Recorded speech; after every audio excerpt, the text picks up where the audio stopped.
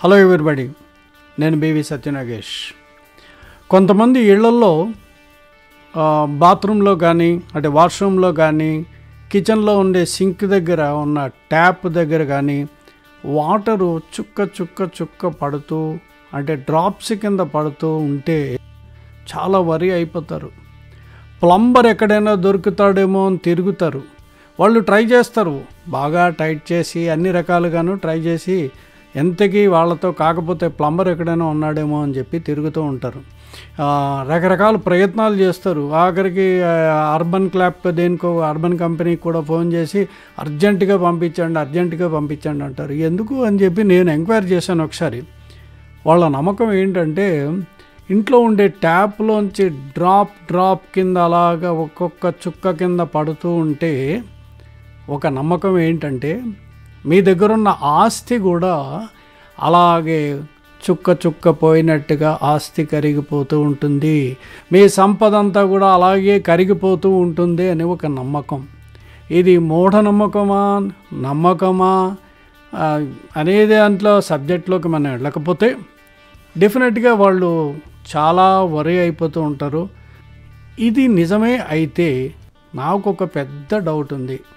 అదేంటంటే drip irrigation. Suppose ఒక పెద్ద వాటర్ పంప్ దగ్గర నుంచి ఒక పెద్ద పైపు ద్వారా వాటర్ని తోటలోకి వదిలేస్తే, అంటే వరి పొలాలు అయితే పర్వాలేదు, గట్లుంటాయి, వాటికి ఇవి నానుతూ ఉంటుంది, వాటర్ పర్వాలేదు. ఒకవేళ వాటరు నిలవ ఉన్నా కూడా అది ఎండ బాగా ఉంటే ఎవాపరేట్ అయిపోతుంది, వేస్ట్ అయిపోయినట్టే కదా. ఎంత పీల్చుకోగలిగితే అంత పీల్చుకుంటుంది, మిగిలిన వాటర్ ఎండకి ఎవాపరేట్ అయిపోతుంది. సో తోటల్లో ఈ వాటర్ని వేస్ట్ చేయకుండా, అంటే కొన్ని మామిడి తోటలు అలాంటి తోటల్లో ఏం చేస్తారంటే పైపుని డిస్ట్రిబ్యూట్ చేస్తారు మొత్తం అంత పొలం.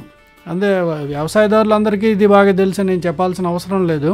అయితే ప్రతి మొక్క దగ్గర ఒక చిన్న హోల్ ఉంటుంది పైపుకి, దాంట్లోంచి ఒక చుక్క పడుతూ ఉంటుంది. ఆ చుక్క పడినప్పుడు భూమి అబ్జార్బ్ చేసుకుంటుంది. ఆ భూమి అబ్జార్బ్ చేసుకున్న తర్వాత ఆ చెట్టు రూట్స్ ఏవైతే ఉంటాయో అవి నెమ్మదిగా పీల్చుకుంటూ అలాగా ఆ చెట్టులోని మిగతా పార్ట్స్కి సప్లై చేస్తూ ఉంటుంది.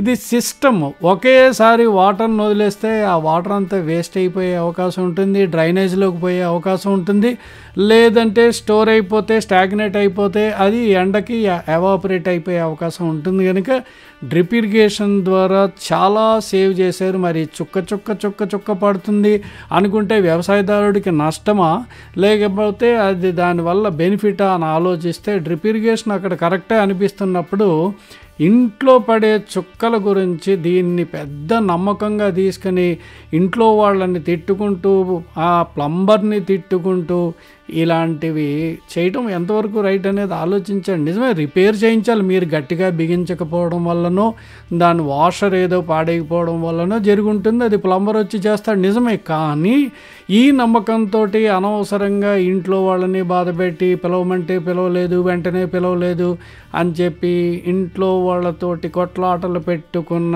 కేసులు నేను చూశాను. కనుక ఇలాంటి నమ్మకాలు ఎంతవరకు రైట్ అనేది ఒక్కసారి ఆలోచించండి డ్రిప్ ఇరిగేషన్ గురించి. ఓకే, సో దీంట్లో కొంత సమాచారం ఉందని నేను అనుకుని ఈ వీడియో చేయడం జరిగింది.